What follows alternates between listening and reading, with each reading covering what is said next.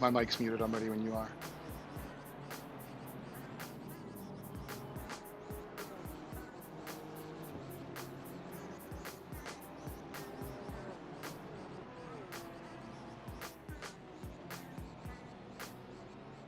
Ladies and gentlemen, welcome everybody.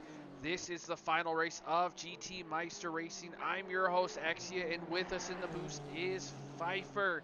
He is joining with us, and there's going to be a little bit something new you're going to see here in the stream, and that is going to be the dual stream of both of what we are seeing, so you guys can get an idea of exactly what is going on track here at Walkins Glen with 8 minutes and 50 seconds left to play.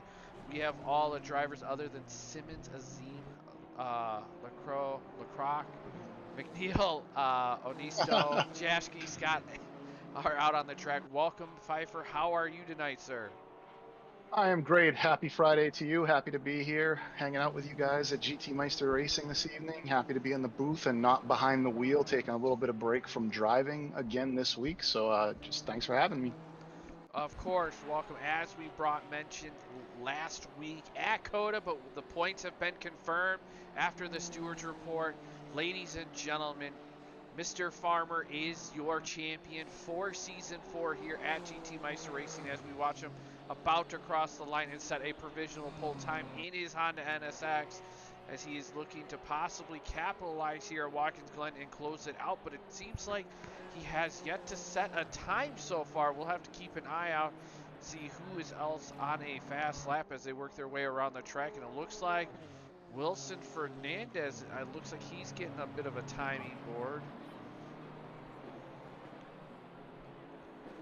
Go through, let's see, take a look at the track map and see who else is going around. Are you paying attention to your messages there, sir?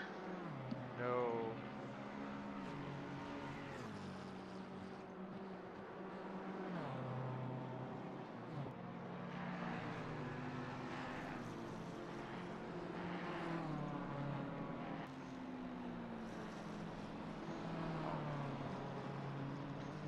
Everyone's still on their outlaps here, I believe. Let's take a look right along board as Louis is joining into the group with towards the end of qualifying session, so that's gonna definitely spice things up depending on where he lands himself here. Let's take a look. Doesn't look like anybody's. Yeah, Wilson Fernandez is up on his time, 8/10 right now going through the backside. He's going to pass Ricky Scott here as he's coming around the towards the end of the boot section here at Walkins Glen.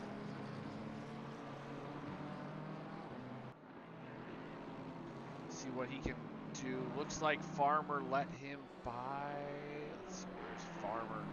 Number 9. Farmer is just about to start a lap right now, actually. Number 936. He's just crossing the line, and here we go.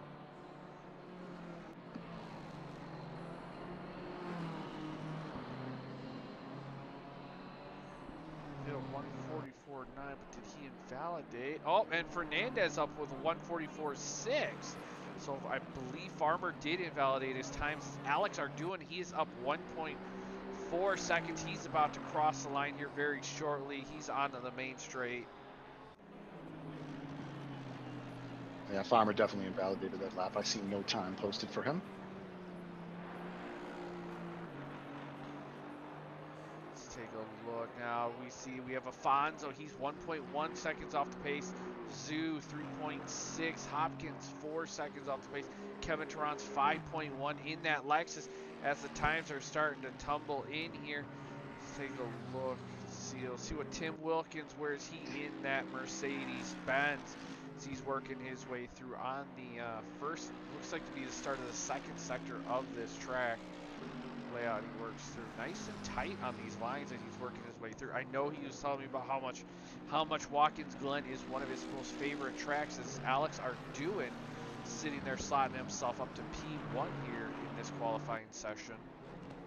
Farmer still looking really good on his lap, coming through turns 9 and 10 here, getting ready to head for the line in a moment. We'll see where he slots in with the grid here. See if he can top his opponent, Arduin. He was just over the yellow and red striped line there, but Not 100% sure that'll get him the invalidation. The interesting part about Yep. P1 from Farmer, 144.1. 2/10 off the pace is our doing. Definitely be an interesting one to see what he's able to reel in. Ooh, as Fernandez resets it to a 144.072. But it's quick. Let's see, Tim. Let's see. Did he manage to get enough time to slot himself P8?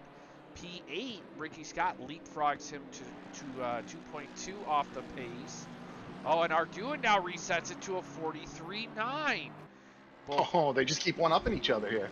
Now the question is now Casey Bennett, the driver that's right now has yet to set a time. He's up 1.2 seconds. He's about to cross the line. He puts himself P4. Now he can, if he's able to make a little bit of time, he can slot himself up higher in that. And the camera's on Walkins here, and we'll see where he goes. He goes P7, immediately gets knocked down to P8 by Ricky Scott. Matt Arton, he's slotting himself up into P4 in that Audi. Let's see. Camera right now I've got is Daniel Onisto. He's in P16. He's 0.5 up on his time as he's about to cross the line. That would explain why I'm like, oh, it looks like we're stuck on Tim here, because I'm looking at the stream, not at your broadcast. I'm like, what are you talking about, Onisto? So Onisto 0.5 behind. Farmer is 0.3 up on his time, and he is about to cross the line again. So this would slot him provisional P1. And there he goes, P1 with a 143.6 now. Looks like we have a Fonzo. He's 0.5 up. Fonzo 0.6. He's actually gaining time through this third sector as he comes around to the last two corners here at Walkins. Unfortunately, that'll still see him 1.2 seconds off the pace. These guys out front are setting a pretty heavy pace here with those 143s. See what he can do. Slots him up to P5, just jumping Casey Bennett in that Porsche. For those that are new to the league, Casey Bennett switched from the original BMW that he was running last season to the Porsche and has found tremendous amount of pace. Let's take a look at a driver that we have yet to see a time. McNeil himself in that purple BMW going through the bus stop, utilizing all the track and all the curbing as he goes through this fast left-hander down the hill. I have my eyes set on Alan Zhu right now. He has yet to set a time. He's coming through the toe, about to head down the boot into the heel. I love the names of all the corners here. So he's not too far from the finish line. You want to go ahead and throw the picture on for a few minutes here. I'll ride along with a couple of people. Here we go.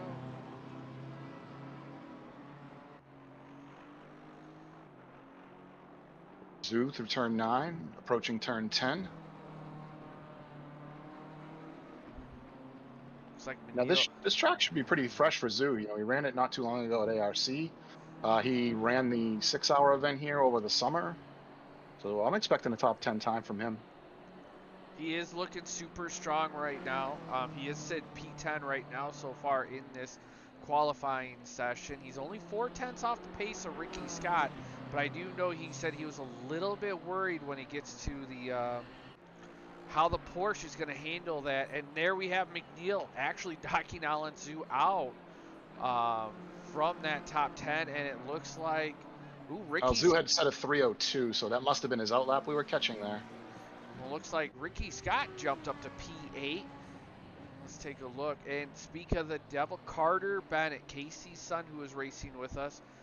He is now sliding himself to P9. He's joining us with the BMW. The youngster is racing with us. Love to see the young blood racing with us, man. Gives me hope for the future. Maybe my son will get out there and race with us one day. Let's take a look. Andrew Jaschke, he's off by about a 10th here. He is still yet to set a time. Same with Louis Benora. I'm continuing to ride along with Zhu. Looks like McNeil's gone back to the pits, so let's move that camera. Andrew Jaschke looking nice and tight, has not invalidated. Still shows that he's 0.2 off the pace. He's going to have Casey Bennett right behind him. Farmer still provisional, leading the with pole, the 143.6. Zoo is up on his time, but now he's about negative delta. He's floating right around that 146.5 that he already set. Looks like doesn't look like Zoo's going to improve here, unfortunately. One of the big movers right now, Tim Wilkins, 4/10 up, and he is coming out towards the back end of this track here.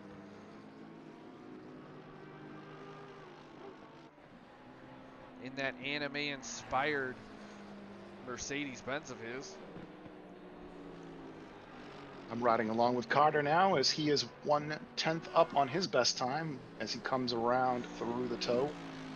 Here goes Tim, 5/10. That should jump him up into that P12 area. Actually, P13. Just missed that P12. And Cooper Simmons, a newer driver this season that we haven't really talked about. Looks like he's moving out of the way for Louis, possibly.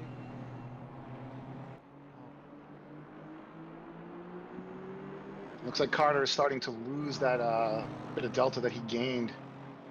So probably still going to stay in P9, which is still great for only his second league race. Now the delta, when I scrolled back up, the delta for Arduin was up about 1/10, but then he lost it. I was keeping an eye to see if it was going to come back out, and it hasn't. Looked like Wilson Fernandez backed out of his lap, so we'll definitely have to keep an eye.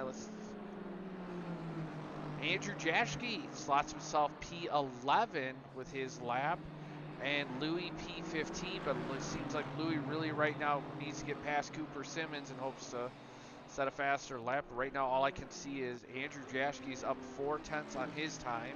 Yep, I've got Jaschke on the picture-in-picture. We'll finish riding along with his lap down in the bottom right of your screen here.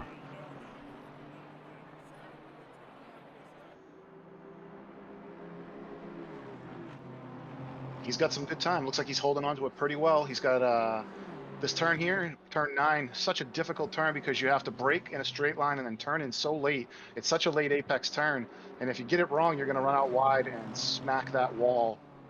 Then the next turn, flat out, throw it in third gear, rip through there as you come down to the final turn. Another pretty fast turn in third gear, and he's going to make a run to the line. He's only got about 2/10, but that's still going to be an improvement. But how much? Does not move. Let's take a look, see if we have any big movers here. Louis up 4/10. Alan Zhu, he's hovering around that 2 to 3/10. I'll grab Zhu, you grab Louis. See Louis now 5/10 as he's working his way through the last, about the sector 3 part of the track as he works his way through down to that really tight right-hander, and he's going to come up to this left-hander, which is very weird for some of the drivers. If you haven't been on this track, it's a bit of an off camber. Your back end has a tendency of breaking out as it reaches the last 2 corners of the track. We're taking a look at Alan Zhu's cockpit cam right now in that Porsche as he breaks his way down into the heel and turns for that very tricky turn 9 that we were just talking about, the late apex turn 9. He's got 3/10. Here goes Louis, 7/10. He could leapfrog Alan Zhu right now. Ooh, and he does it. He's off by 2/10 to Alan Zhu. Zhu, it sounded like he took that second to last turn kind of weird there. Is it fourth gear? I heard the revs drop way down. You got to keep that engine humming. You got to keep it down into third gear. Maybe it's different in the Porsche because you need the rotation to pull the car in, or you're going to run that turn wide, and it could be why we heard those revs drop. He did improve though. Still P12, unfortunately. I know he wants a top 10 here. Andrew Jaschke coming up to the final corner. He's up 3/10. Can he reel a little bit more in? He takes it super wide on the final corner. Gets a 10th. Did he manage to keep it? He jumps up to P10. Only improves 3/10. As we see right now, Bruce Hopkins. That's who I'm also looking at. I got Bruce. Here we go. Carter out of turn. Nope, he's coming up to the final 3 corners in that Red Bull BMW. Hopkins does have 3/10 in hand here. So that's almost 4/10 through turn 1 and 2. So he just absolutely threw it through turn 1 and 2. He's got 4/10 as he makes his way onto the straightaway. Does not look like Carter Bennett is going to really improve here on this lap with that BMW with 4 minutes left to play. A lot of the front runners are out there running their fastest laps. Look, seems like Bruce Hopkins definitely made it work through the bus stop. For those that are wondering, if you check the bottom right hand of the screen, you'll see what Fife is watching here of Bruce Hopkins driving around. Let's take a look at Matt Artem. Where is he? He's got Casey Bennett right behind him.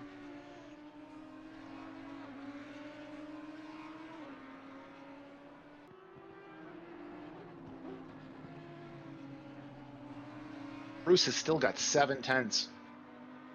He is absolutely humming. He's getting close to being at the end of his lap right now.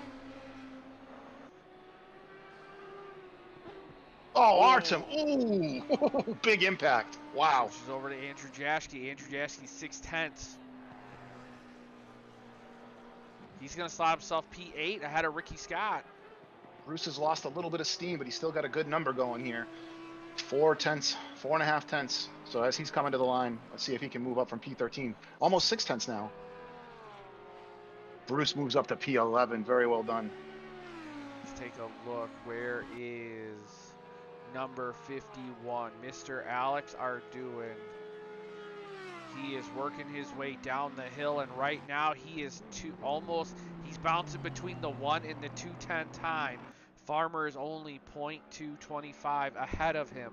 Arduin could snap the provisional pole time away from Farmer with the last couple minutes here as he's working his way into Sector 3 up this hill. Now Wilson Fernandez is out there. He's 3/10 down. I don't know if he just came out of the pitch when I switched into him, so keep you updated on what he's doing. See what he does through the final couple corners. He still has that 2/10.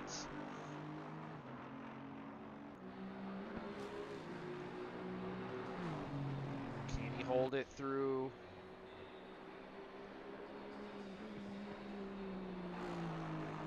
Holding. It looks like he's going to possibly get pole as he gets onto the front straight. Oh, Is he going to get it? Close. He gets it! Oh, by by 0.00! 2,000s!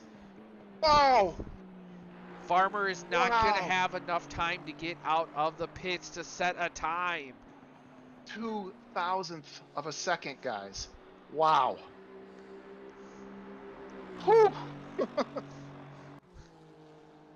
Take a look here. We have James Parks, a driver that we haven't talked much. He is actually up on his time by 1/10 as he's working his way through up to the bus stop.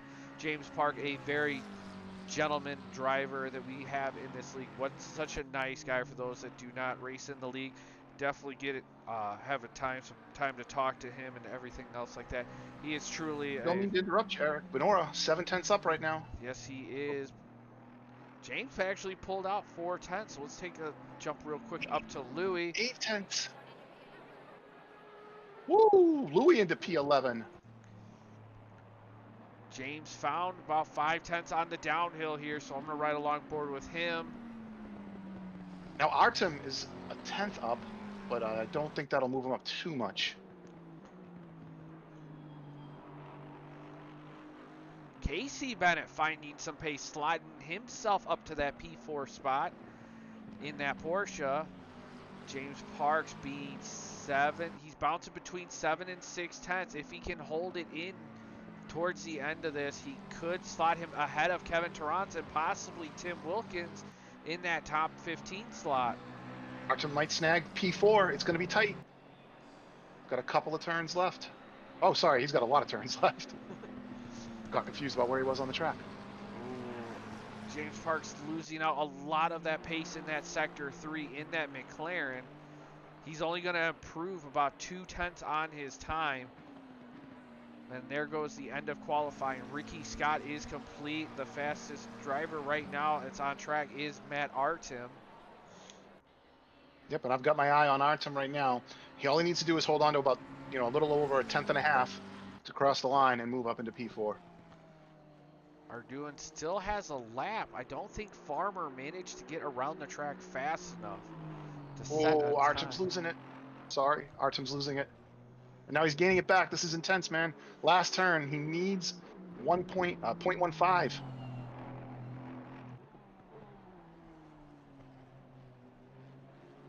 And he does it. He grabs P4 at the last second. Oh, let's see.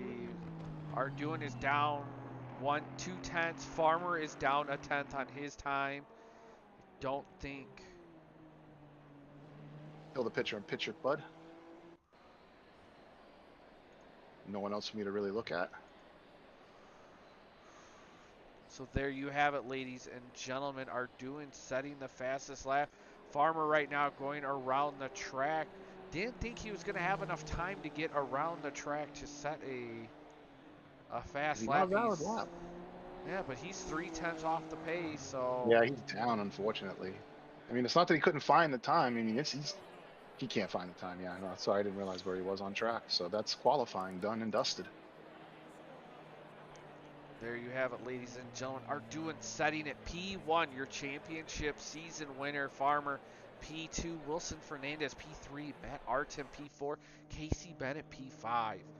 It's going to round out your top 5 here, ladies and gentlemen, as we watch Farmer finishing out the end of his lap here. As now the drivers, we are getting ready for the start of the race. It is an 8 a.m. race, ladies and gentlemen. And we will do the wonderful down the grid run with the camera system. And there you have it in that beautiful Aston Martin of Mr. Arduin, Farmer in that Honda NSX. Mr. Fernandez in that BMW, Matt Artem in the Audi, Casey Bennett in that beautiful GTMR white liveried Porsche, the Aston Martin of Andre Afonso. He was a little bit of a ninja this qualifying session. Definitely did not see him, but he managed to put himself up. Larock P7 in that Lexus, Jashke P8. Ricky Scott P9. I am going to be a meme after this. Carter, what are you laughing at?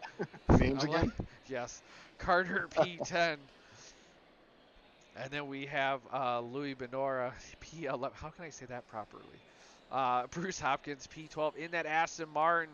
McNeil sliding himself P13. McNeil's been able to recover a lot. He definitely, I believe, Fife. He had a little bit of a sabbatical from ACC, and he's actually reeled himself in and picked up the pace and managed to find pace here at GTMR. So that's wonderful to see as well. Alan Zhu, the Porsche driver, that we know he has a lot of pace. We'll definitely see if that beautiful liveried Porsche reels him back in and definitely showcases some of his performance here. Tim Wilkins, P15 in that lovely Mercedes AMG. Kevin Tarrant in that Lexus, definitely showcasing his performance as he beat out James Parks in that neon yellowish greenish McLaren, followed by Cooper Simmons in the Liquid Death Aston Martin. And then we have Onisto in P19 in the McLaren, followed by Azarif Azmi in the Porsche in P20. The ability to see your messages during the race so that I can let you know when I have something that's worth bringing up the picture-in-picture for. Or do you have too much going on those screens over there? I have too much going on in one screen. Gotta get yourself a tablet, my friend. More screens. I will have to get a tablet, but don't you worry. I will have the messages pulled up here on my phone to keep an eye on everything that you have to say. It is definitely an honor to have you here in the booth with me. Now, as a driver, let me ask you a question, Fife. As a driver, as the time is clicking down and you are getting ready, what's going on in your mind at the start of the race? We've asked a lot of the front runner drivers, but we want to ask you, one of the premier middle pack drivers, what's going on in your mind? Premier middle pack. That is just the most backhanded insult, I swear. Honestly, it's just wanting to, keep it clean in the middle because, these front runners will pull away. They only have to worry about themselves. They don't really have to worry about all the other cars around them. They'll pull away quickly. The guys at the back will tend to drop back a little bit early on. So in the middle pack, it's just, a lot of butterflies and not wanting to screw up anybody's race. Just try to get the brakes up to temp, try to get the tires a little bit warm on the out lap, formation lap, and honestly just hope I don't hit anybody in those first few turns. By lap 1 or 2, that's all I'm thinking about. Lap 3, the tires have come up to temp, the brakes are up to temp, and then it's just put your head down and try to make up some positions. 100%. Now, what's your mindset going into? I know we saw you participate in the 6-hour endurance event that Apollo was holding a couple months back. Now, as a driver, when you're coming up to the bus stop chicane, are you, everything's new. Are you really are you trying to go for that hard braking, especially with all that curbing, or is Not it pretty? until not until the laps 3, 4, 5 on there. But no, honestly, I'm afraid of those curves in the Merc.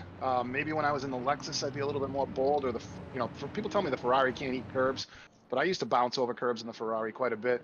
So honestly, just depending on the car, you could really go yeeting right through there, or be a little bit more conservative. I tend to take it a little bit more conservative because that is the one place on track, and also the right-hander after it, the outer loop, where I feel like I could screw my whole race up. That's, that part of the track is particularly technical.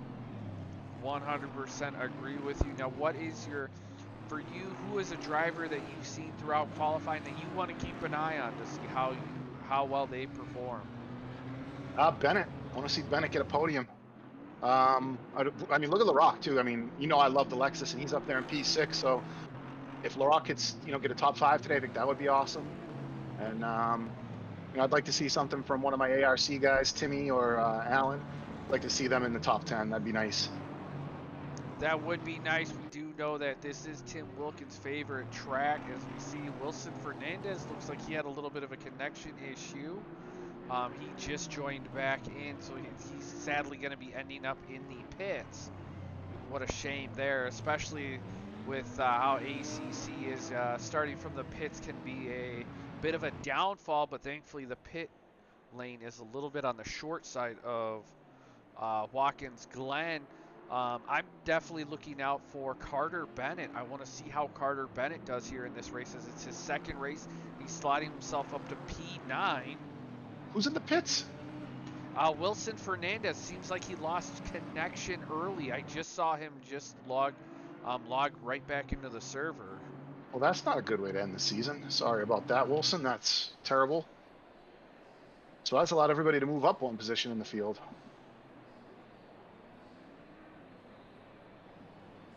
Heading into the penultimate turn. The calm before the storm, as I like to call it at the start of these. Now, we saw these guys get drive-throughs a couple weeks ago, and Farmer made a comment earlier when I was spectating his LFM race that he's got to be calm on the starts. He doesn't want to take a drive-through, and he might have the title all locked up, done and dusted, but he doesn't want to get a drive-through and be out of it. Here we wait for the drivers as they work their way around the final corner. We wait for the green light to go.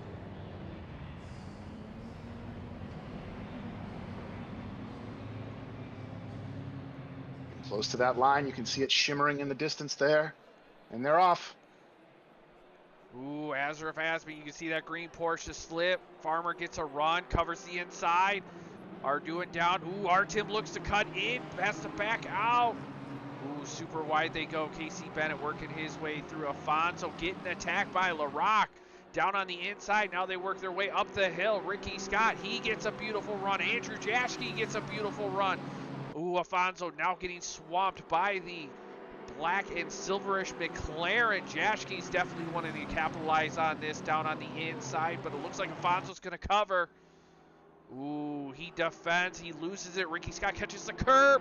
Ricky Scott through. Oh, but here comes Afonso down on the inside with Louis Benara.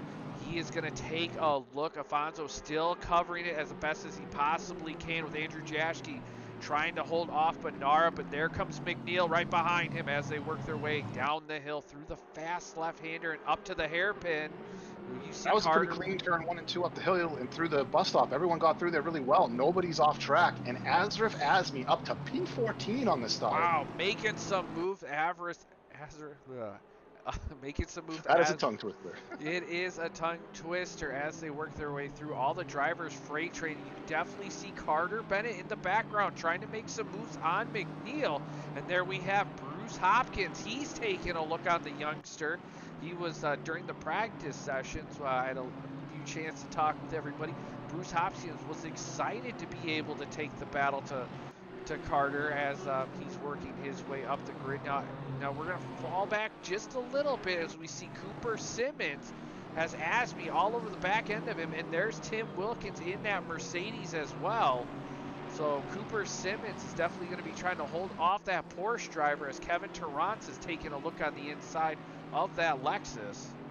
I gotta tell you, Farmer really threw it down on that first lap, built almost a second gap. And if they start the second lap here. I think right now Arduin is trying to manage this race as best as he can because he knows it's valuable points against him and Wilson Fernandez. And right now Wilson Fernandez is only 4.3 off the pace of Onisto down in P20. So he can still work some way up to get some points there in this championship battle for that P2 overall. This is amazing from Azrif Azmi. I really like to see it when guys that, you know, start at the back of the field just tear through like that. I mean, that was a great first lap from him. I can't get over it. Something must be going on with Tim's car, possibly, because he reels him in and Azrif, big slide. And he holds it. Leave the space, Azrif, leave the space. Side by side, how much is he going to cover the inside? Tim's going to want to take a look. Tim has to cover the brakes. Ooh, side by side they go up into the hairpin. Oh no, come on. Looked like There's so much room, guys, every week. Hold the brake, Azrif, hold the brake. Oh, no. Wow. Looked as if Azrif was going to try to slide in right behind Tim Wilkins, and that was not I just don't know how two guys like that come together. They're on a straightaway. You're on a straightaway, guys. That's so unfortunate. Very, very unfortunate. As Andrew Jaschke's now fallen back to Ricky Scott. Ricky Scott has now separated himself, so now we have this massive freight train between Andrew Jaschke, Louis Benara, McNeil, and Carter Bennett still on the outside looking in here at Walkins Glen as they work their way through. I do know Andrew Jaschke in the beginning of the race, he was talking about how he wasn't too sure how the Audi was actually going to perform here overall, but it seems like he's been able to keep it locked in throughout this whole entire race. I can't seem to switch my broadcasting area to intervals. That's no good. I do know it's shift insert. Yes, going to my controls. Get off of picture-in-picture if you're on that for the moment while I go and look for that key binding. So we go through Carter taking a look inside McNeil. Carter not making it happen as they work their way through this grid. Louis now getting a little bit of separation. The benefit to as a driver is being able to have a little bit of a breather space. When the driver behind attacks the other one, you can kind of, separate yourself. Casey Bennett still 8/10 back off of Matt Artem as they work their way through this grid. Let's jump up here real quick as we see the GTMR Porsche going through the final corner here.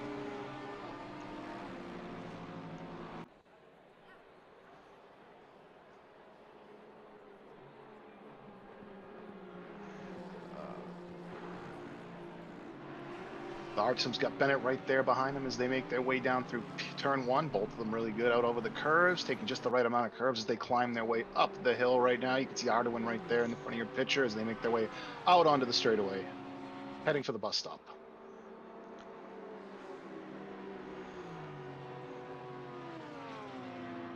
Take a look, 2/10 up on his time, so he could get his podium spot. Artem looking really slow through that bus stop.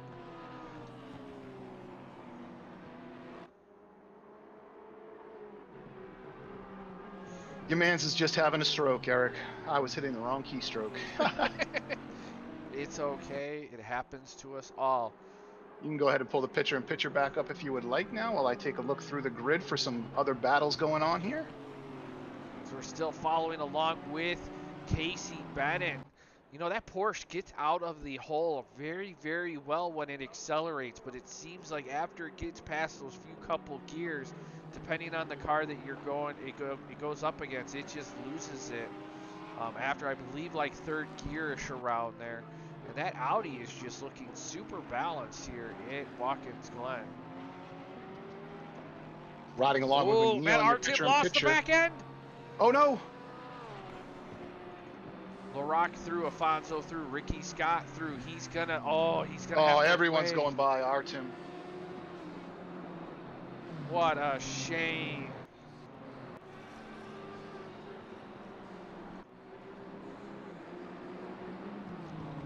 But it was nice on him to be able to stop and wait and allow all the drivers through. Oh. Not much he could do right there either. You got a guardrail in front of you, a guardrail behind you, and you got to make probably a 6-point turn to get the car turned around. And as I said, we got McNeil in the bottom right chasing down Benora.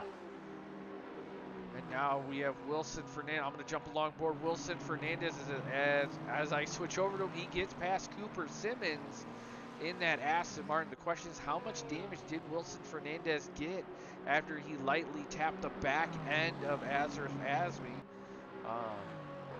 in that little bit of a collision there as they work their way through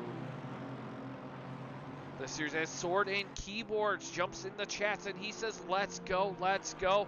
Welcome to the stream. It's a pleasure to have you here as the race is developing with 51 minutes left to play. And that's a GTMR driver right there as well, who we haven't seen on track in a little while. As we move to Carter Bennett now, who's also right behind McNeil in the picture-in-picture first-person view.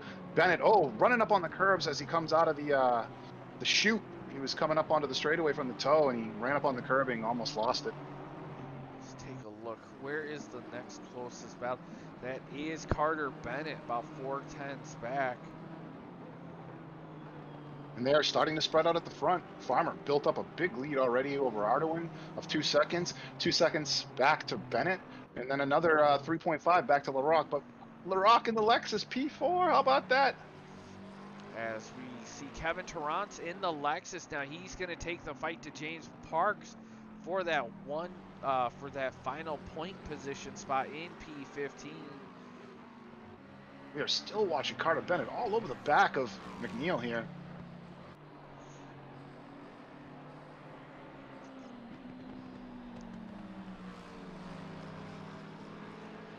Torrance, yeah, not too far back on Parks. We're going to have a battle here as well.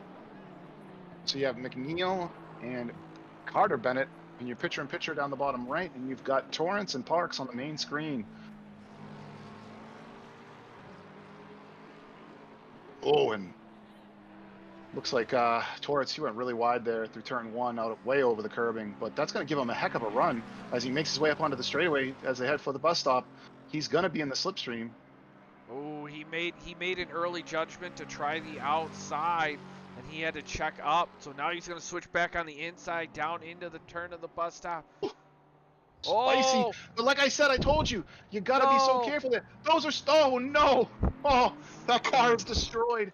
The pit window, no, the pit window had just opened. He should have tried to get it back to the pits. Oh, what a shame there. As we see Matt Artin, he is able to recover himself here. You know, he's P17 working his way. Oh man, what a Otter's shame. still all over the back of Manila, but he just can't find a way through. And Afonso now is approaching LaRock, if you want to throw that on the main screen. Let's see. Afonso, let's slide up the board here. We have Afonso up LaCroix. And is successfully making his way back through the field after that disconnect. Unfortunate for him, but showing his skill as he does the first challenge. Legally, it is against the rules here at GTMR to do the last to first challenge. But in that case where you're disconnected, totally cool. And here we go, Alex. Definitely these two drivers super passionate and skillful as they work their way up the hill and towards the bus stop. Question is, can Afonso take that Aston Martin and run that Lexus down?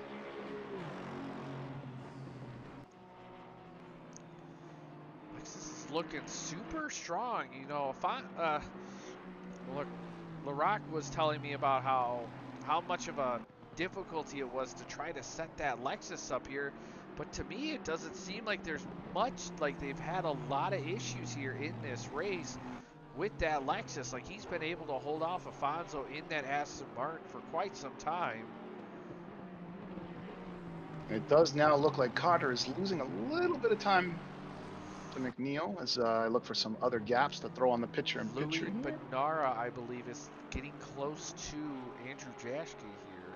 And Fernandez is right on the back of Bruce Hopkins. Although that doesn't look like Hopkins. That might be a lapped car. I'm having a hard time telling who that is ahead of him.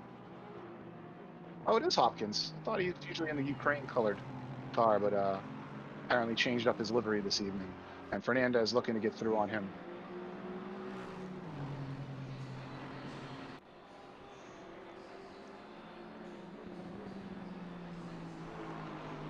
Now the question is, even though we still have 47 minutes left to play, 17 of it towards the middle of the race, what driver is going to make the dive in the middle of the, what driver is going to make the dive towards the pits, and who is going to, you know, risk the long shot? If we had the driver of Brian Douglas, the Blue Blur Racing McLaren, as Afonso gets a beautiful run on Larock down the back straight. He doesn't fake it. Hopkins just got through on, Fernandez just got through on Hopkins. Almost looked like Bruce said, you know what? Why don't you just go ahead and go? Went out wide at turn one and let him go through. On the main screen, Larock shuts the door on Afonso. Taking a look now, seeing if I can find something else. We got Benora, not too far back of Jaschke, but that doesn't look right. Who am I looking at here? Oh, sorry, I clicked Larock.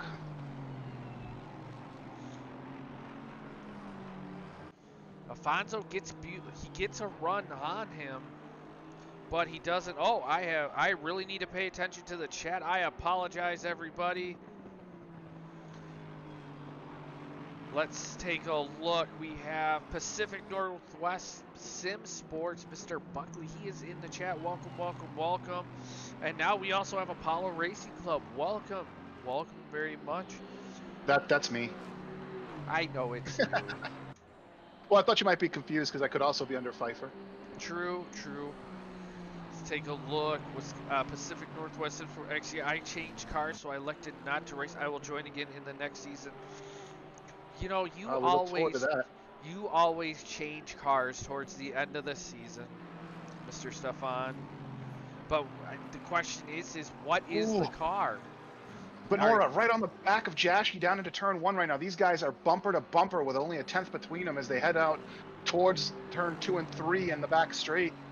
He could possibly make a move here down into bus stop as I have that in the picture-in-picture. We have Carter, Bennett, and McNeil working side by side up the hill, up to the back straight, with Wilson Fernandez now getting a beautiful run on both of these BMW drivers. So now there's a three-way battle for P9, and Wilson Fernandez is the one with the big move. He's going to take a look at Carter Bennett. Is he going to make it stick? Is he going to do a 2-for-1? Oh, God, that was close. Man, Fernandez has got two gigantic rear tires. He definitely makes it stick. Now the question is Carter Bennett? He's going to need to stick behind Wilson Fernandez, because if he can make it work, he can actually get McNeil, which is his main competition here in the race. Wilson's looking. He takes a look on the inside. McNeil leaves part of the door open, but then shuts it towards halfway through. And it has been confirmed Mr. Buckley for next season in GTMR will be going to the McLaren. Will we wait with bated breath? I will be going back to the Lexus if I drive. I think he should go back to the Ferrari, my personal opinion. As we see Fernandez still trying to work his way around McNeil. McNeil making his car even wider than what the game already allows it to be. Fernandez catches a little bit of the dirt. Carter Bennett definitely going to have to figure out something. Keep our eye on Benora here, but we're going to take a few minutes. Oh, Benora, again, I was about to switch off, but my God, he's real close now. 1/10 behind Jashke. He really wants to get through, but he just can't seem to find a way through turn one. Maybe now down on these back Fernandez straight. down into turn one. He makes it stick. Now is that going to allow Carter Bennett to get a run? It is going to allow Carter Bennett to get a run. Not quite enough, though. Oh, here he comes. No, still no. You know he's licking his lips. Just wants to get through. As Tykesman jumps into the chat, Lexus for the win. Tykesman, a driver that is an original with GTMR. We definitely wish him the best and wish him back here racing with us. Take a look at the picture-in-picture and just follow along with Farmer and do a little bit of onboard with him. See what he's looking at. See what a fast lap around this Walkins Glen circuit looks like in upstate New York. Hoping to make a trip out there next season for the IMSA race.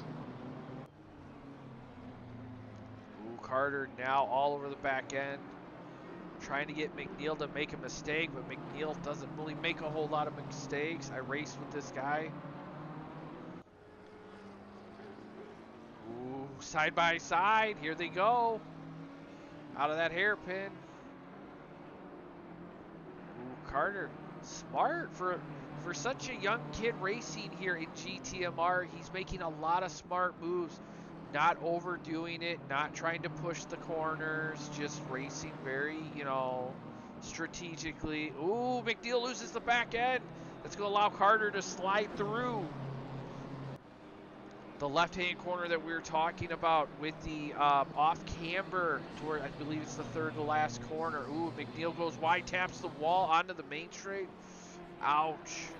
There for the BMW driver, so he's going to lose a lot of time there. Hopefully it's not a whole lot of aero. Let's jump back down here as we see Alan Zhu now 5/10 up with the BMW. He's chasing Bruce Hopkins, gets a beautiful run out of turn one. So now he's on full attack on the Aston Martin, working his way up.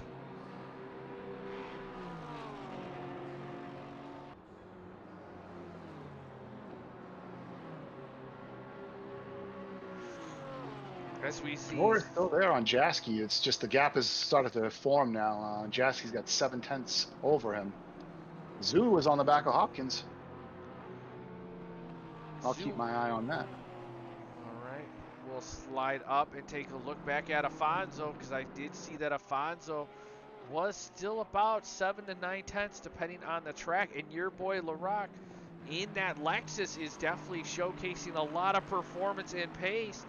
As we see Pacific Northwest in the chat saying it's a Beamer Fest. It is a Beamer Fest. Actually, all four Beamers all in a row. Louis, Wilson, Case, Carter, and McNeil, 8 through 11. Definitely showcasing a little bit of love for them as they work their way through.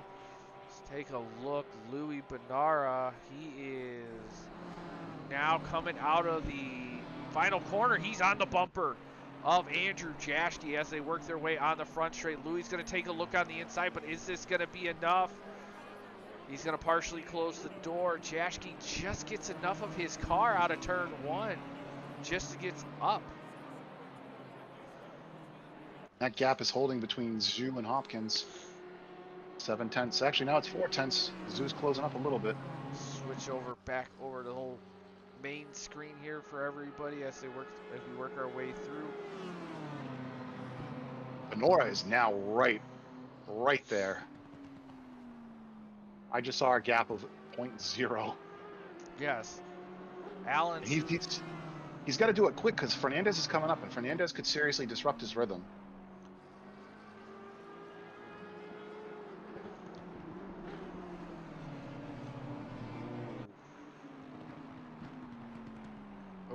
Get a little bit of a wobble out of Louis. Now the question for you, Fife, as a driver, when you get someone like Wilson Fernandez catching up and you're battling, of course you don't want to give the position. Do you usually think of it like methodically, like a strategy? Just let him through, kind of help you out. Maybe hopefully it causes him as Louis closes the door Yeah, on him. absolutely, because I don't want to fight a faster driver because it's not going to do anything other than slow us both down. So what I do in this situation is I run it wide in a turn, I let the faster driver through, and I latch onto his bumper, and hopefully when he approaches the driver ahead, because we see Benora is only a half a second behind. Leave the space, Benora. He sees the driver only a half second behind. You latch onto that bumper, and you hope that when that driver ahead of you allows the faster driver through, that you can slip through with him. Yeah, I believe. Ooh, as we see James Parks, he's early in the pits for the pit strategy here in this race. Now, the question now becomes is, did he possibly ruin his chances of actually getting Jashke, even though he let Wilson Fernandez through? Because now he's actually separated himself almost the whole entire second when they get through here. It looks like Afonso's got his way through on LaRock further up the field. I just saw the gap. And when I went to switch to him, Afonso just snuck by.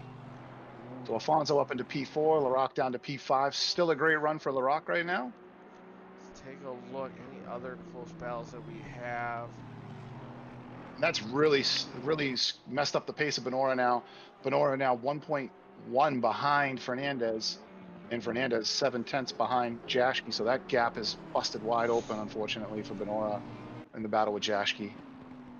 Yeah, it's definitely not helping Benora, but hopefully Jashke, depending if Jashke decides to get defensive, this may actually help out Louis, with Louis being able to catch him.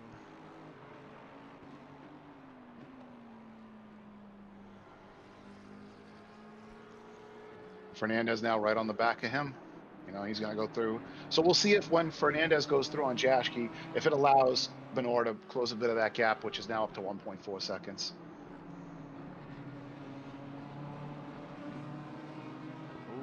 A little bit of a wiggle out of Jashke. Wilson's car looking super planted here at Walkins Glen. Not a whole lot of wiggling out of him. We saw it out of Louis' car. We saw it out of Jashke's car. Alan Zhu in the pits early as well.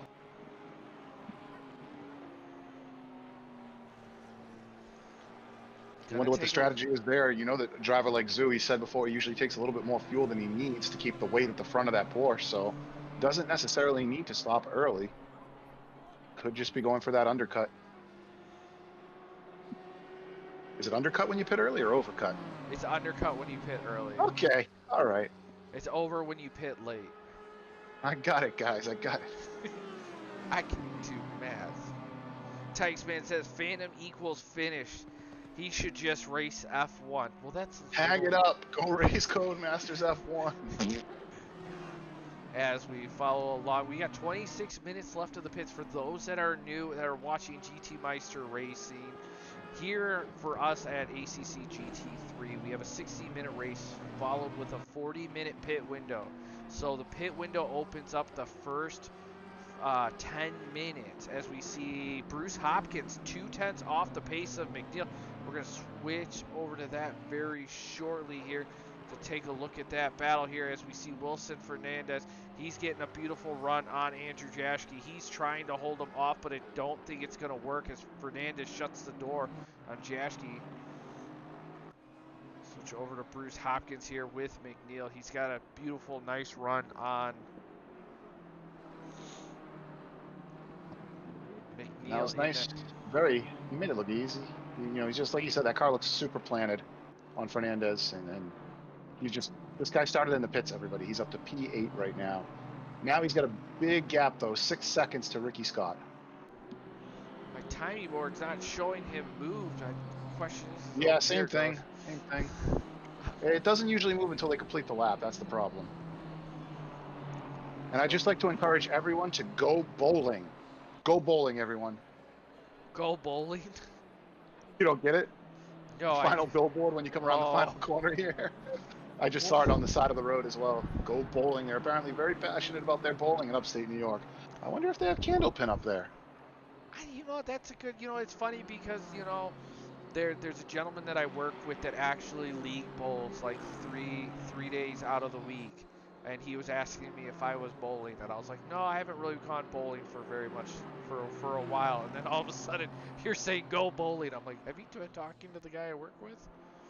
And remember what I said, Fernandez going through on Jaschke has allowed the gap between Benora to close back down. So now Benora, if you want to switch back to the pitcher-in-pitcher, I'll keep my eye on Benora here. He is all over the back of Jaschke as they go through on Kevin Torrance, and he makes way for those guys. Good job on Kevin, just moving out of the way as he's 2 laps down right now after that incident in the bus stop. Here they work their way through. That Audi definitely getting a very nice run out of that hairpin. Question is who's going to possibly make a mistake here on this left-hander, because we've seen it before out of these drivers. None of them had pitted. Tough left-hander, man. It's a very tough left-hander. You make a little mistake and you eat that wall.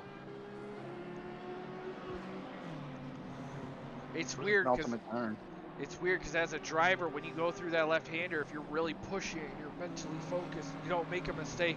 But then when you have to go through it easily, all of a sudden you make a mistake as a driver. As we see Ricky Scott, he's one of the first front runners that have dived into the pits. About that time. You're reaching about 30 minutes into the race. A lot of these guys want to take about 60 liters, 55 liters of fuel, and that's only going to run you about a half an hour, so they want to get in there now. You really won't see too many people pitting at the far end of these pit windows here at GTMR. You know, I love the pit window here. It allows for people that have had incidents to get in early, fix any damage they might have, and still do the required pit stop and get out and still be competitive. But at the far end of that, as we get down into the 20-minute, 15-minute, 10-minute mark, you're not going to see too many people coming into the pits because these guys aren't going to want their cars to be that heavy through the first stint.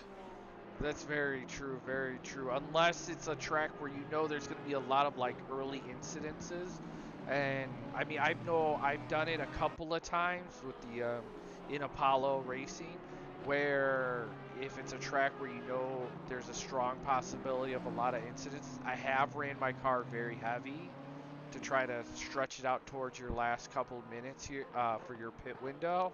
And it is very difficult and it is very tricky to make it work, but it's definitely not a always required thing. As we'll jump over to the dual stream here with everybody here.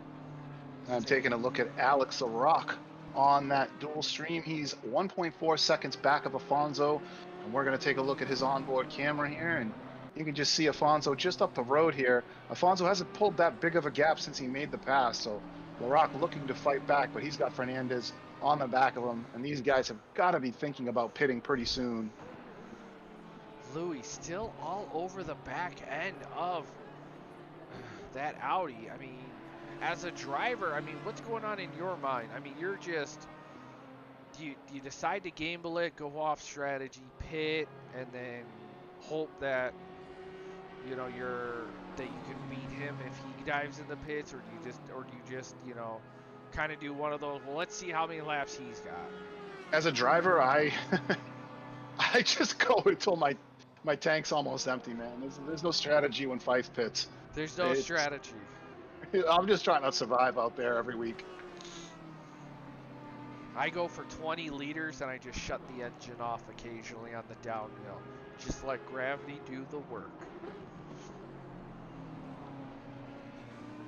Seems like Louis lost a little bit of time. Seems like in the timing booth, Bruce Hopkins, it's about 4/10 off the pace of McNeil. We're going to jump down there real quick. Just take a little gander.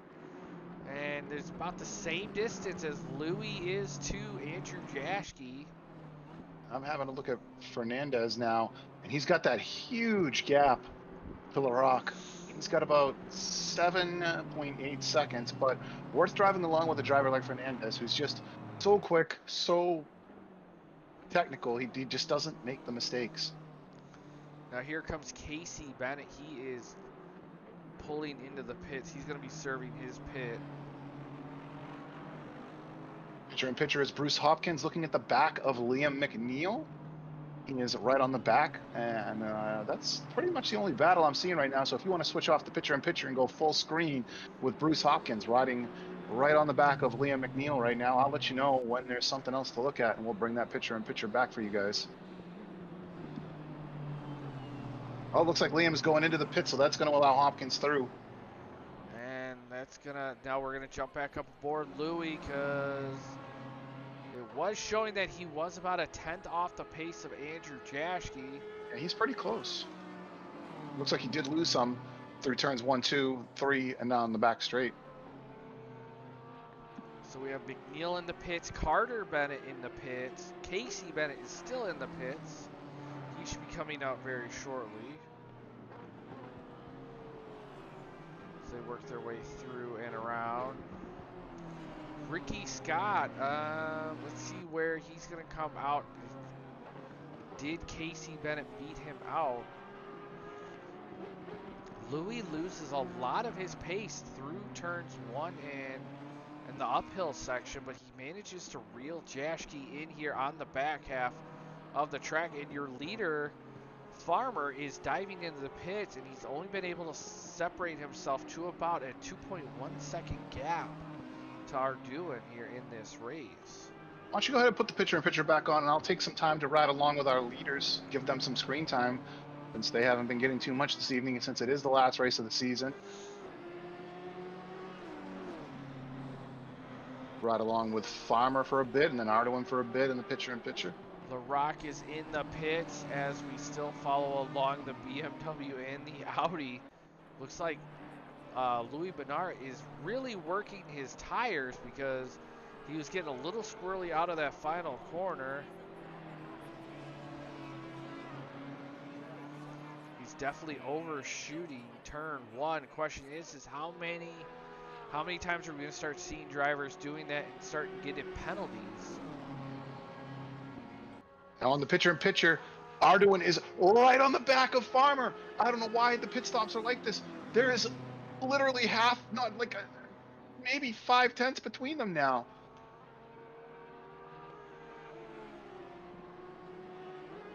And there's a back marker in between them. Unfortunately, Torrance is now, I believe, in between Arduin and Farmer, but that gap significantly decreased between these two in the pits. As you said, it was 2 seconds, a little over 2 seconds.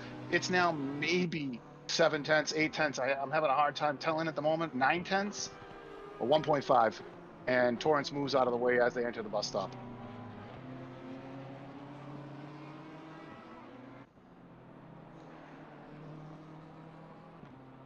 Take a look. We got Bruce Hopkins is in the pit. So Afonso, Fernandez, Jaschke, and Benara have not pitted. Oh, wow. If you want to flip to the leaders here, I will flip to Benora, because Arduin's all over the back of Farmer right now. Here they work their way through the back straight, coming up to the sector 3 of this track. Farmer's giving him a little bit of the little shoulder shrug with his car, kind of faking him out a little bit. Arduin sensing it. He's checking into it. He's also backing out of it because he knows he doesn't want to get set up as he goes through this corner. This Aston Martin of Arduin has been looking solid throughout the season when he joined us. Next season, he's looking... Update on Benora and the other two who I was looking at here. That they just came into the pits. Benora and Jaschke are into the pits, so we'll see what the pits look like when they exit, if there's any kind of a gap form.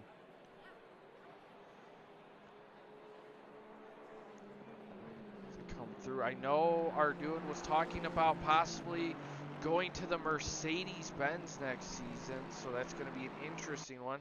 The Mercedes has a beautiful straight line pace. He's no stranger to that car. He offered me a bunch of setups the other day for Apollo, since I'm missing a couple, and apparently he's driven it. And I drove his Paul Ricard setup, and I don't know how he drives it, man.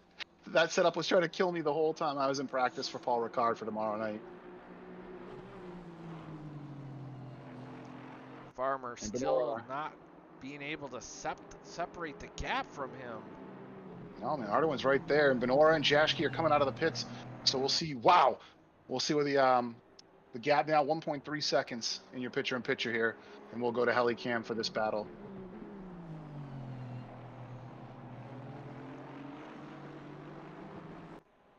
The move for the hairpin is very interesting as we see Afonso dive into the pits. Farmer goes for a very aggressive tight line through the hairpin while Arduin tries to go for like the outer apex and to inner apex as they work their way through, but that could be that maybe Arduin had already overworked his tires at the start as he came out of the pits. I mean, both lines will work there. Double apex it by going out wide. You apex once, you go out wide, you apex again, or you just hug the right-hand side. And I apologize for my dog barking. Something is bothering her.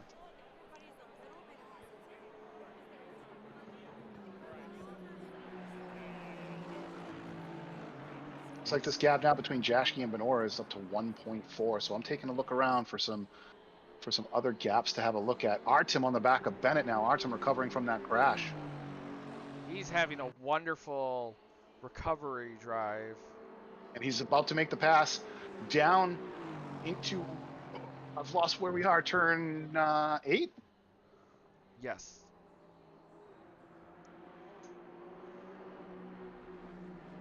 Yeah, the heel of the boot.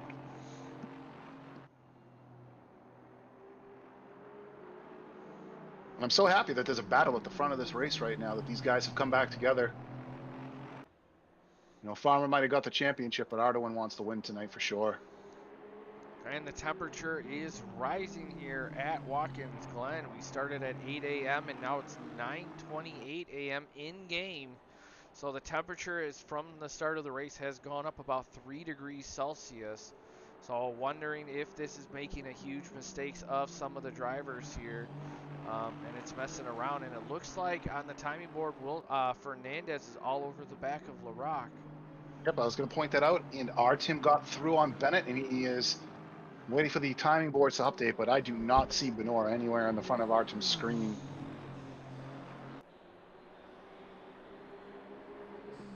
The gap at the back of this race is wild. They're all over the place. So Fernandez on LaRock now. We'll put on your picture-in-picture here. Fernandez started from the pits. Inadvertent last the first challenge, and he is now all over the back of LaRock. And it pains me to see a fellow passionate Lexus driver get chased down here, but unfortunately I think there's not much he can do about it. Fernandez all over him, and it's only a matter of time. Turns 1, 2, 3, and then onto the back straight. I really don't think there's much LaRock can do. All he can really do is, I think it's just covering the inside and hoping that Wilson Fernandez either, you know, checks out. But Wilson Fernandez has been able to put his BMW pretty much anywhere he needs to on this track during this Seems like a really great car. I've never driven it. It just seems awesome. It is a very planted car. He's going to do it down into the bus stop, I think. Nope. I think he's going to change his mind. He looks down the inside, just a little bit of a mind punt, I like to call it. But LaRock holds him off. I mean, at this point, LaRock should think, again, like we talked about earlier, Fernandez is faster. Let him through, try to grab onto his bumper, use some slipstream, and just go with him. Oh, God. Down through the chute. Fernandez has a look down the inside. And they make their way towards the toe now. Fernandez on the outside of LaRock. Nothing happening. They make their way to the boot straight. LaRock's doing a great job. Arduin still all over the back end of Farmer as they work their way through. Now the question is which one of these drivers is going to push it to the limit and actually possibly ruin their race with a drive-through. We were talking about it last week at Coda, and it was Arduin that shot himself in the foot with that drive-through. But the question now is it going to be Farmer trying to hold off because of the way that that bus stop is and how they're coming out of the third to the last corner, that really fast left-hander. These drivers are pushing themselves as far as we can go, and it seems Fernandez and LaRock just had to deal with some lap traffic, and unfortunately I'm not sure who that was, but big ups to that driver for just moving to the side and letting these guys through. I also see in the timing board, Louis Benara is slowly starting to, he looks like he got Jashki, but right now the battle between these two leaders is developing super strong. as it looks like Farmer did not take his aggressive line through that corner and allowed Arduin to reel him in even closer.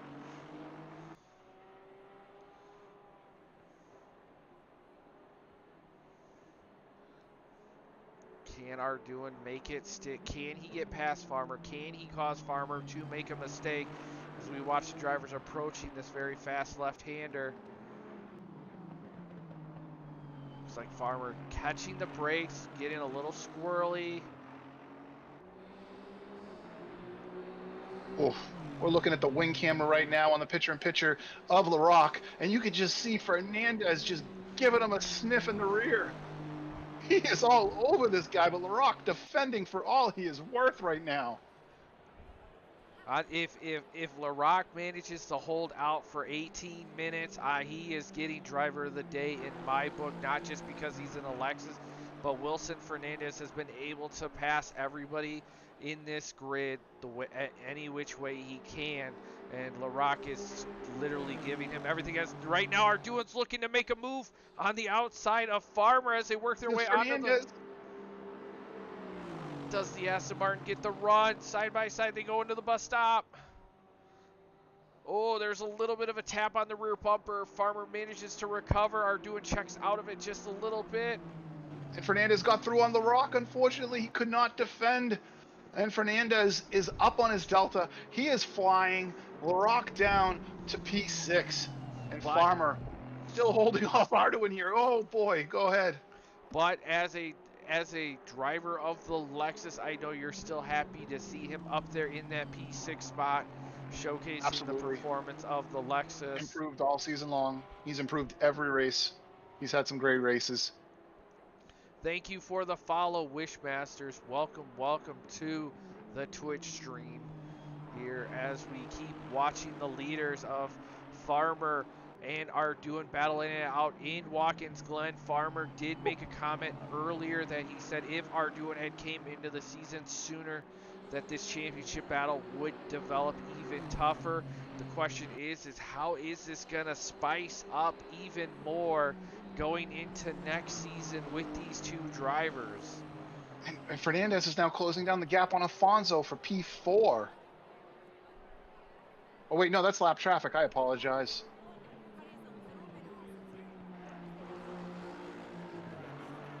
Now Arduin going a little bit wide, same as Farmer, down into from turn 1.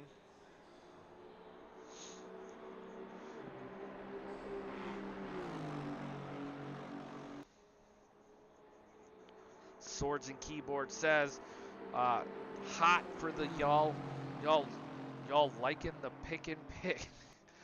Never really had to say y'all in the voice chat, but that's perfectly that's fine. Me. That's not Sword and Keyboard. That's me. No, talking. I know, but Sword and Keyboard said hot. Okay. Let's go. Well, y'all is just a contraction for you all. I know it is, but it's just weird because I was trying to look at it while also watching this battle because I don't want to miss all the action here of Arduin.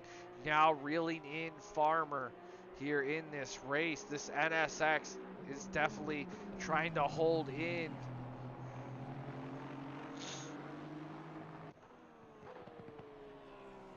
Can Arduin make him make a mistake? We have 15 minutes left to play. All the drivers have pitted, so the 5-minute window left period won't really matter. The temperature has gone up 1 degree Celsius as we are starting to approach the end of this race. Yeah, not too many gaps here, so I think we can go full screen here on this battle for the lead.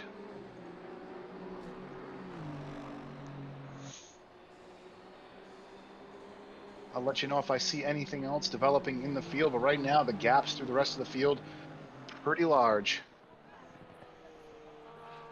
Arduin, so let's take a look here. Best lap, Farmer, a 144.152. Best lap from Arduin, a 144.240. The only other driver that has gone a little bit faster, he was in between, is Wilson Fernandez with a 144.175. And that was his last lap that he set. So these drivers definitely pushing and pushing as fast as they possibly can. Arduin getting a beautiful run out of the bus stop. looked like Farmer possibly had to cover his brakes a little bit more coming out of that.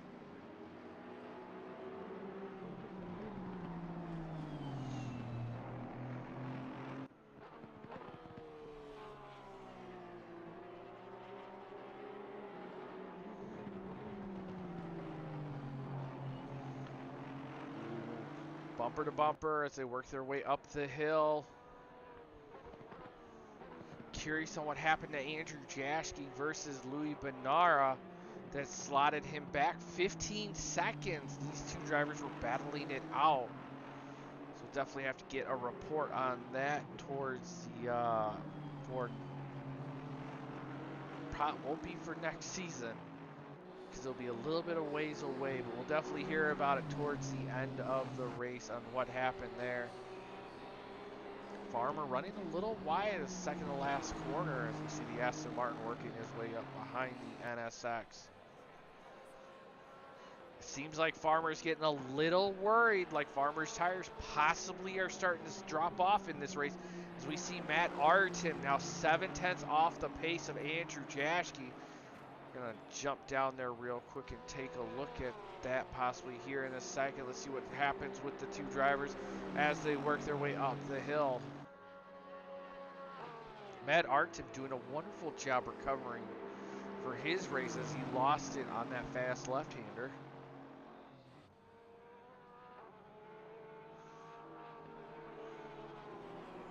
That NSX getting a little squirrely over those curbings. Ooh, it looks like Matt Artem got over Andrew Jaschke. Let's take a look if Andrew Jaschke's got a lot of damage. Andrew Jaschke has a lot of damage on that Audi, so he is on full recovery. But we're going to jump right back aboard with the front part of this race because I'm hearing... Why don't you go ahead and bring up the picture-in-picture. I'll keep my eye on Jaschke for us, as he's all over the back of Tim. And Tim might also have some damage for his early on contact with Azrif Azmi. He may not have repaired it. But the question is how much is Andrew Jaschke going to lose time with all that damage with 12 minutes left to play? Wonder when he took that damage. I didn't see anything crazy happen. I think that was after the pits between him and Louis Benara, and because they both came out of the pits and it looked like he was holding off and then Louis got past. Now, I don't know why, but I don't see a skin on Jaschke's car, and it says he's running a Telephonic 46 Valentino Rossi skin, which I would believe that's a stock livery, a Valentino Rossi 46 livery. That's stock for the Evo 2. But I think it's a Skechers 146 if I'm correct. But that is stock. Well, right now we have the leaders. They are on the back end of Alan Zhu as they work their way up the hill. Question is how much space is Alan Zhu going to give the leader guys as they work their way up? And Alan Zhu turns the blinkers on and he is lifting.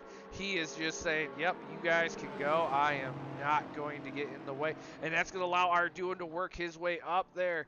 Now he's going to give him a better attack on Farmer out of the bus stop. Nose to tail, they go through. Congrats, nice job, Alan Zhu, to allow the leaders through. And further back, Jaschke is losing time to Tim, so this damage must be pretty recent for Jaschke. We did not catch it, but Farmer's Wilkins back end breaks out. Farmer catches the dirt. Arduin's going to get a run side by side. Farmer kind of closes the door just a little bit to make Arduin really work for it. Arduin going for the double apex on the hairpin. Arduin now catches dirt coming out of the hairpin. You're watching Jaschke at the moment, though. No, I'm watching Arduin. I'm watching your Discord stream, and you are watching Jaschke.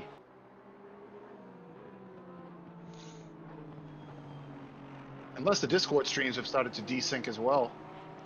Probably that. Well, that's unfortunate for me. Yeah, I see you watching Jaschke right now going up onto the back straight. Oh. Yeah, we're just not going to say what's happening. No. I'm watching my own stream. You know what, ladies and gentlemen? This is what makes streaming so amazing. As Arduin now all over the back end of Farmer. He's going to get a better run, but there's not going to be... Oh, jeez. A little bit of a tap of the rear end there as they work their way through. Arduin was nice enough to let off a little bit, and he's going to get a better run than Farmer into the bus stop. Farmer's going to have to take a weird line there with the NSX as the Aston Martin is trying to... Down into the chute, he could really capitalize on this right-hander, but he's out a little wide. Here they go through. Farmer definitely, he is sending that NSX onto every apex line he can possibly think of against Arduin, and Arduin wants to capitalize just like he did in qualifying ahead of Farmer. There's 9 minutes left to play. Hopkins is about to overtake Jaschke on the picture-in-picture. Jaschke just trying to limp home with 8.5 minutes left.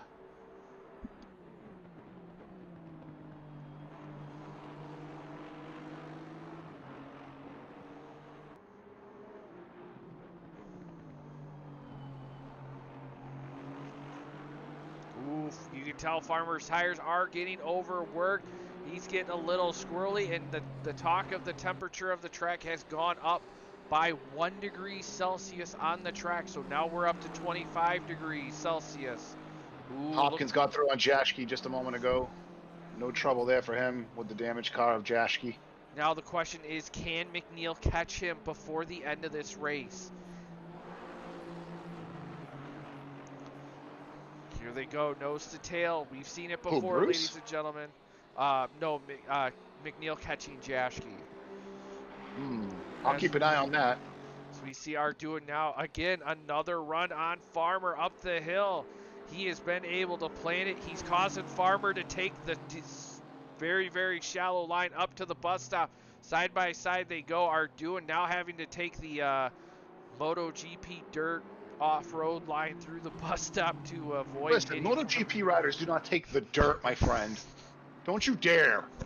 Don't you dare. I apologize for those that had to hear me accidentally offend Fifes.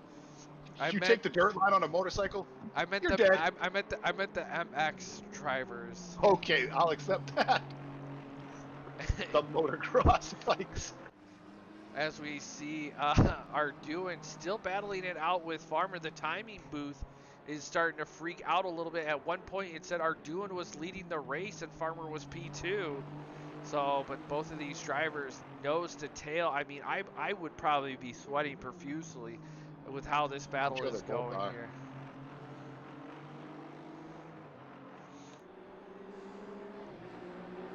We're following McNeil in your picture-in-picture here. He is trying to chase down Jaschke, who looks like he's got about a 5-second gap, but he is driving a very damaged Audi, and you can see him there through turn 1. And yeah, there's not much he can do. McNeil's going to catch him.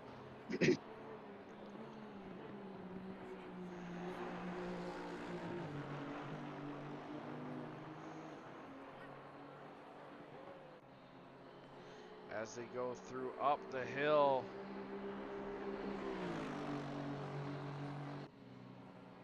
See what he can do. He gets another run on Farmer.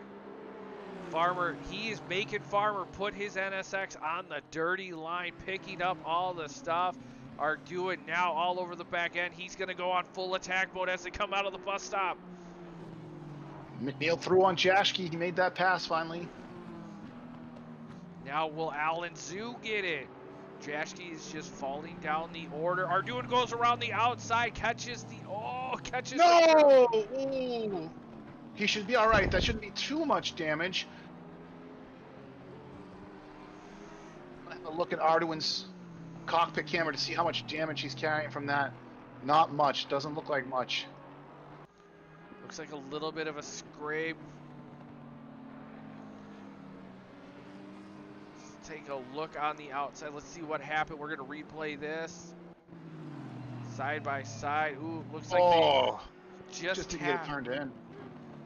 Oh, interesting on how these drivers race. Doesn't look like. Take a look at Farmer's car. Does not have a whole lot of damage, but anything is possible.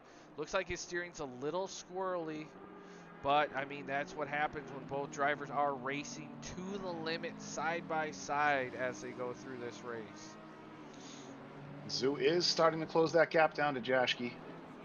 Now Farmer is catching back traffic. He's got James Parks in front of him, followed by Andrew Jaschke there, and they just Farmer just got his way through. Andrew Jaschke moving out of the way, so they are not going to be helping Alex Arduin here with the last 4 minutes of this race.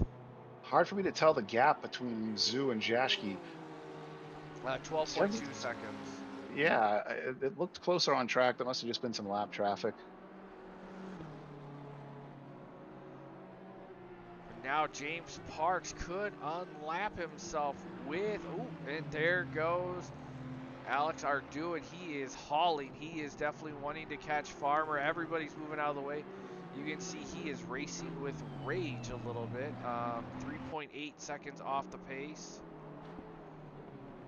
with Arduin as he's working his way through the grid. James Parks is behind Jaschke, but nowhere near Tim Wilkins from what I can tell. Looks like he's much further back. So Looks again, like I think you can go back to the main screen. That's Casey Bennett. Is Casey Bennett have damage? Casey Bennett has a lot of damage, ladies and gentlemen. The Porsche has a lot of front end damage. Casey Bennett's chance of a podium here is almost to the point of an end here. Oh, I got Casey on the picture-in-picture. Yeah, his car looking really beat up as we go to the TV camera to see him come through to get a good look at that damage. Oh my goodness, that car is cracked up. However, he's got an 8-second gap to LaRock and 2 minutes and 46 seconds left in the race. But definitely no podium in sight for him today. No, as Andrew Jaschke has called it quits and jumped into the pits. Question is, how much is that going to set him back, especially with 2 minutes left to play? Can Cooper? I don't think Cooper Simmons will be able to catch him here in this race. But Alex Arduin is now got it down to 3 seconds with 2 minutes left to play. Oh no, he has lost the time that I was originally talking about. The Delta is lying to me as we go through. What a shame for Casey Bennett. I know he was talking about this race. It looked like it happened a little bit after the bus stop to the fast downhill right-hander. What a shame there as we see Farmer now all over the back end of McNeil working his way around the BMW driver. But Arduin is now 2.2 seconds. So it doesn't seem like McNeil is really doing Farmer any favors here with 1:32 left to play. As it looks like Farmer is trying to get past, but McNeil is just sticking his... Ooh! Looks like McNeil's car just got a little squirrely.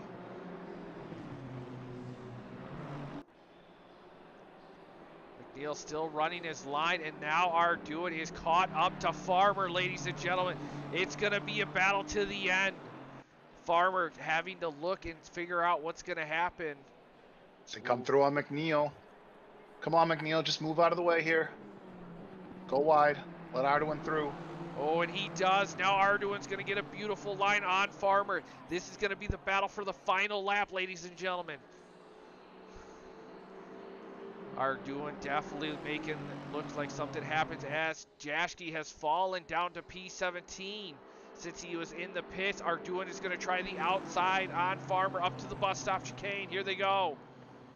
Arduin catches the brakes a little bit early, causes Farmer to have to brake a little bit late. You can see Farmer's car getting a little squirrely as they work their way around the fast right-hander on the downhill section. Will Arduin get a run to make it stick? He's going to try it again. Into the chute. Oh no, Carter Bennett lost it! Who is that? Who is that? Carter Bennett lost Casey it. Bennett, Carter Bennett. Oh no! He lost it. Oh no! Carter Bennett. Oh. Carter Bennett lost it. No. That's going to allow Arduin through. Arduin's going to try to finish the race with all the damage.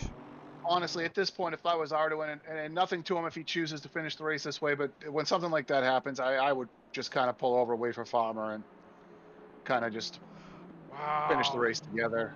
That's awful. Yeah. What an unfortunate turn of events. Wow. You know, Carter must feel awful right now to have affected the leaders like that. And we don't know how much of a warning they got. I didn't see any yellows called out. No, I didn't see anything. We're gonna actually I don't know if use. we get them in the broadcasting, if we see those or not. But here's your race winner crossing the line. Arduin. Wow. With Unfortunate as we go Farmer. to Tyler Farmer next as he Ooh, crosses the line in Farmer's now getting P2. attacked. He's gonna have to allow Fonzo through, and now here comes Wilson Fernandez. Even though Farmer has locked up the championship, Farmer's gonna cover the inside, and that's going to allow actual Fernandez to get through. So Arduin's going to P1, Alfonso P2, and Fernandez P3. Farmer's going to come home P4. Oh, here. that's so unfortunate for Tyler. Alex, you know, championship in hand, but still, you want the win. Yeah. You want to stamp your authority down and say, I won this league this year, and I won the last race of the season. And he was battling so hard with Arduin, and that's just a really unfortunate way for this race to finish up. LaRock sadly coming home P5. Casey Bennett with the damaged GTMR Porsche coming home P6. Louis Bonaro coming home P7. Matt Artem, a little bit of a race for recovery, manages to bring home the car to P8. Talking about race recovery, Fernandez P3. Big shout out to LaRock in P5. Here comes Ricky Scott. It looks like he's got a little bit of front end damage as well. And it looks like Andrew Jaschke is disqualified for some reason. As Ricky Scott is warming up his tires as he's about to cross the line. Mr. Anisto is about to cross the line. Here comes Bruce Hopkins on the main straight. He's going to have Tim Wilkins in tow. And Liam McNeil, the last driver in the BMW, he's working his way through up to the final corner, and around the bend he goes onto the main straight. Wow, what interesting race there. Definitely curious on what happened to Carter Bennett there in that race. Definitely not something that we really expect, but a lot of times, you know, drivers lose it and you're in the midst of the battle, and especially, I mean, at Walkins Glen, with the way that downhill is, you know, it's almost like a little bit of a bump. The minute you kind of crest that hill, you don't know what's really down there. And like you said, you know, what had happened, and I mean, what a shame there for Farmer to lose out. But at the end of the day, you know, as we see Carbonado jumping into the chat, he says the steering wheel malfunctioned on his car and he lost control. So that's definitely going to be something that we're going to take with GTMR. We're going to have to take a look at, especially through the stewards here in this race. But I'd like to give a huge shout out to all the drivers that came out, participated, and was part of this season for season 4. Congratulations to Farmer. Yeah, congrats to you too, Eric, man. Great season. No, thank you very much, and thank you for being a part, as well as joining me in the booth here. For those that don't know, I usually do the stream all by myself, so to have someone else in here with me, it's been nothing but amazing. But yeah, no, thank you, Fife, for joining in with me, and for those that are interested in more racing, we have a series coming up Tuesday for signups in SimGrid.